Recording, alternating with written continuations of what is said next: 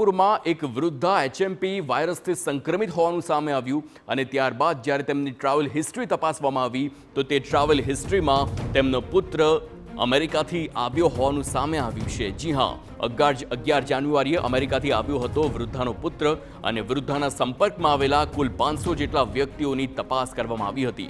આરોગ્ય વિભાગ દ્વારા પરિવારજનો તેમજ સોસાયટી આ સહિત કુલ 500 લોકો તેમની તપાસ હાથ ધરવામાં આવી, પરંતુ તેમાં સામે આવ્યું કે જે તેમનો પુત્ર છે તે 11મી જાન્યુઆરીના રોજ અમેરિકાથી આવ્યો હતો।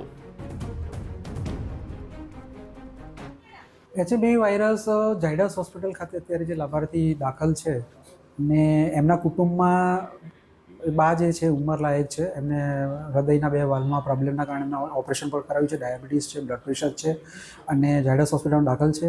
એમના કુટુંબમાં અમેરિકાથી આવેલા લગ્ન પ્રસંગના કારણે અને ગઈકાલથી અમારી ટીમ, આજે પણ હું જઈએ, અમારા એપિડેમિક મેડિકલ ઓફિસર ડૉક્ટર વિનોદભાઈની ટીમ ત્યાં છે, ટીએચઓ સાથેની, અને જે સોસાયટી છે સોસાયટીની અંદર આજુબાજુના તમામ ઘરોનું સર્વેલન્સ કર્યું છે।